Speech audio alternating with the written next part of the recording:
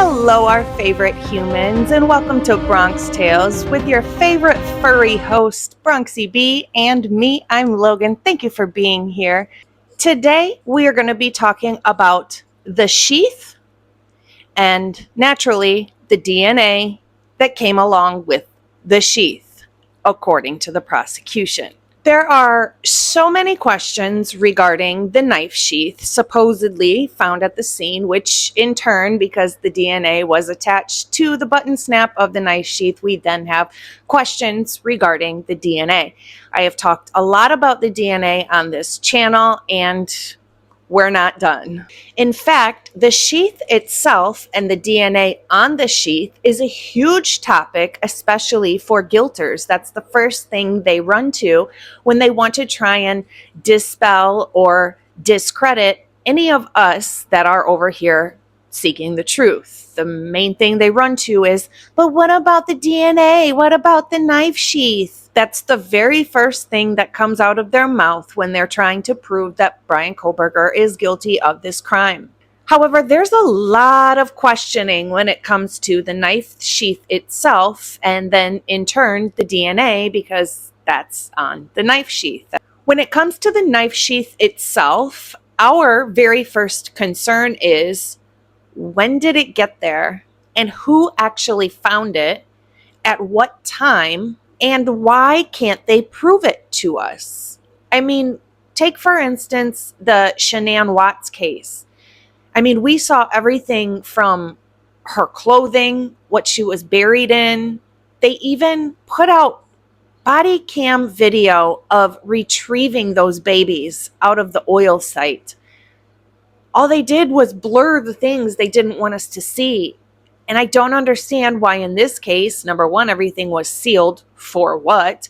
And number two, they cannot simply give us a body-worn camera of just finding the sheath or even the chain of custody of the sheath or anything in between. Anything to do with the sheath, they refuse to give us any information or any actual proof that it exists. And to me, that seems like a pretty easy thing to do.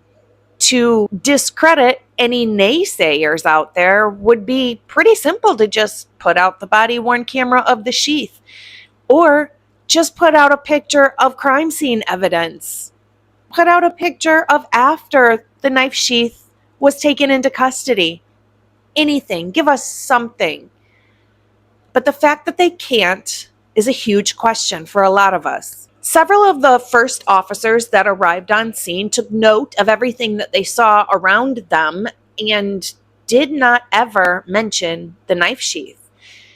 And then, as we know, Payne comes along at what time? We don't know. And he states that he can see the knife sheath from the doorway. However, no officer prior to him could see the knife sheath from the doorway or even noted it when taking inventory of everything in the room. And then we have the question of, where was it actually found? There's reports that it was found on Maddie's right side. There's reports that it was found on Maddie's left side.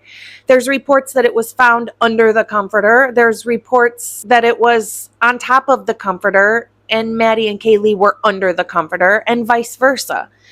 These are their own reports, law enforcement's own reports that are contradictory to themselves.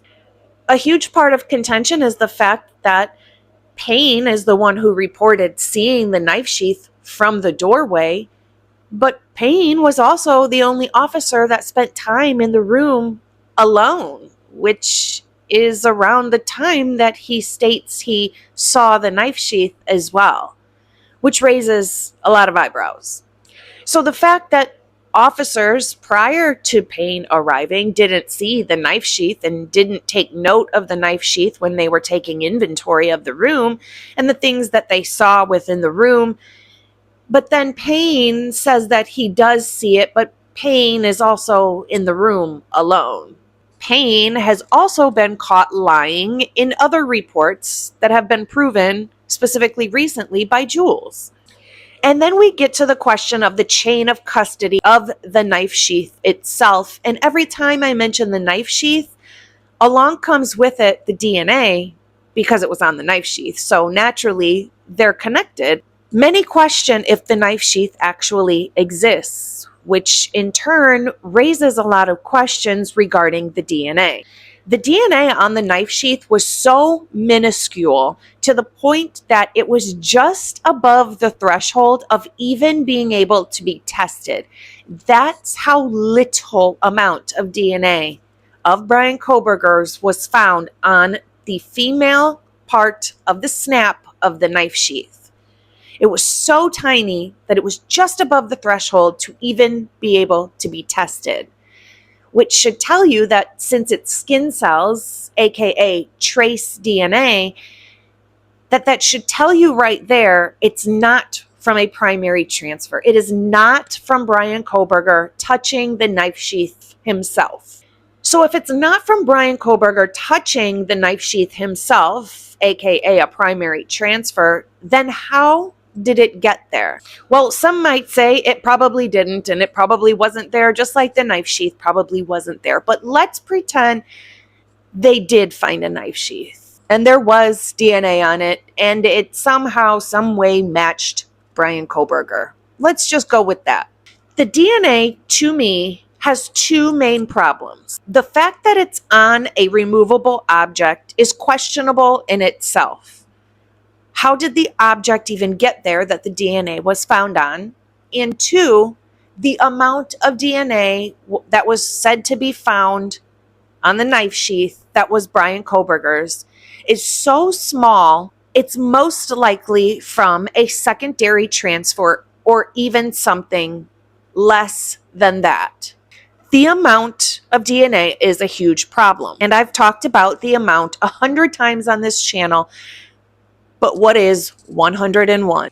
Again, the amount was 0.16 NGs of DNA, which is less than that of a secondary transfer, as cited in the study done at UC Davis, which was regarding this case. If it's less than the amount of a secondary transfer, then it's safe to say that it's more than likely from an indirect transfer. An indirect transfer can be anything from subject A shaking subject B's hand and subject B turning around, touching the object, and then indirectly transferring subject A's DNA onto the object. It can be simply from subject A touching a pen, subject B picking up the pen and turning around and touching the knife sheath. And yeah, one of those is actually. Yeah, okay, that looks good. I'll hand that back to you. It could be something as simple as subject A using the pin pad at a grocery store to type in his debit card number. Subject B being somewhere behind subject A in line, touching the pin pad and transferring subject A's DNA that way. There's a billion different ways somebody's DNA could be transferred. In fact, in your house right now, you probably have tons of different people's DNA in your home just from being out in the community and bringing it back on yourself. It's that simple. And an argument I've heard is, yeah, but cops wear gloves. Well, how do you think they get those gloves on? They touch the gloves with their hands before they put them on.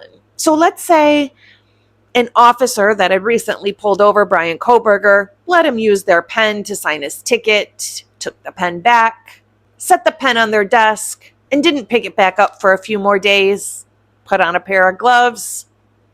You've touched the gloves now with the same fingers you've touched the pen that Bryan Kohberger also touched. Simple. There you go. There's transfer DNA for you. It's as simple as that. But the fact that we don't have a chain of custody for the sheath itself makes any of those little scenarios extremely possible and plausible. I want to take a look at a couple of cases where a person was convicted by their DNA, trace DNA, being at the scene of the crime. These people were convicted and then later exonerated. And these cases are not from super duper long ago. Some of these cases are from 2012.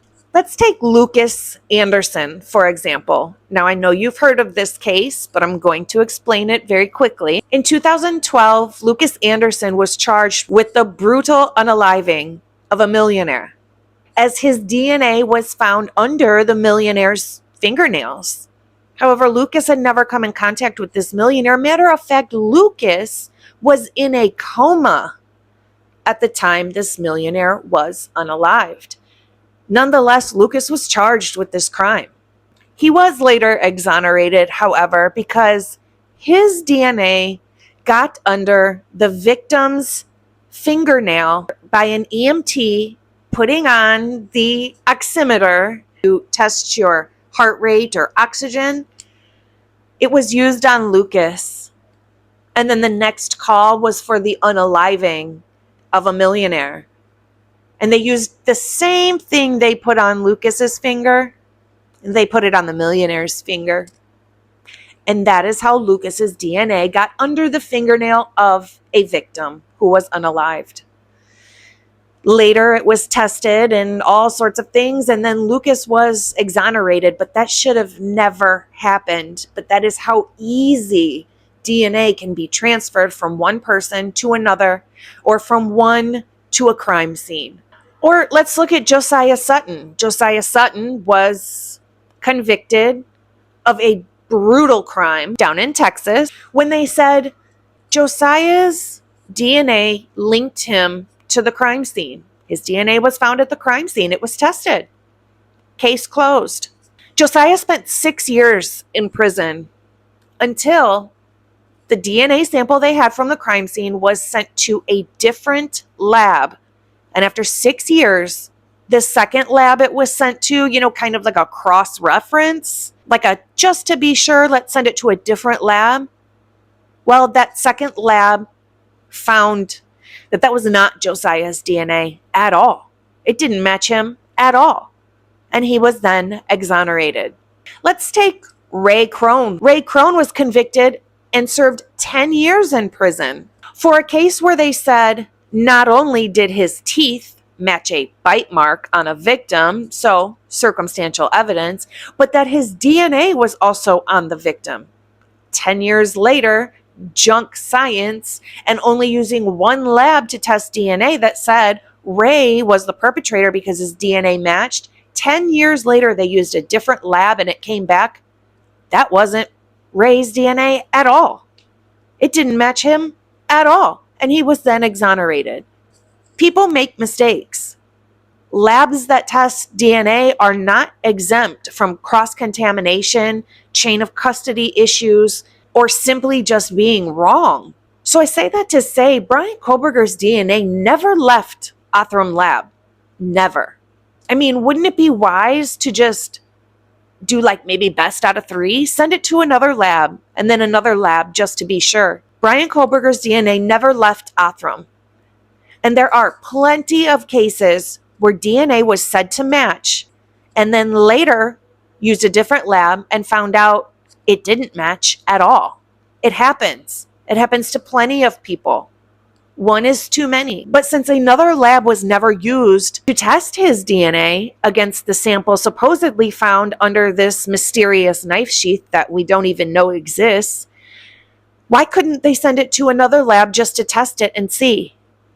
I'm curious to know what the results would be, especially considering the amount of DNA was just over the threshold to even have enough to be tested. And then we get to the part where after it was tested, the DNA came back a bigger sample than what it was originally anyways. There's a lot of questions surrounding not only the sheath, but the DNA. Does it actually match Bryan Kohberger? Where did it actually come from? And where did the object the DNA was on come from? And why can't they prove it to us? My point being is, if the minuscule amount of transfer DNA was only found on a removable object, which was the knife sheath, and the sheath itself is highly questionable. Not only where it was found, but who found it, and then the complete chain of custody after that. And they simply can't and won't give any proof of this object, then the exact same goes for that DNA on the sheath as well. Then that DNA is just as questionable. And if the only thing you have that ties this person to this case is that questionable, how was this ever considered strong evidence or an open and shut case? And just by the wording of the G's themselves, make me think that it's not only us questioning the investigation in this case, but I think they're questioning if he is the person who did this. Now, we have a new type of episode coming out for you tomorrow. We're going to do a weekly recap of all the things in the Idaho case that has been found from all different creators in the past week, and we'll see how it goes over. And if you guys seem to like it, I'll do it every single Sunday. Also, keep in mind, coming up this next week, we have our very first members only giveaway, and I'm so excited for it. I hope everybody's having a fabulous weekend. Do something nice for yourself today. Be kind, but more importantly, be kind to your dog. Bye, guys.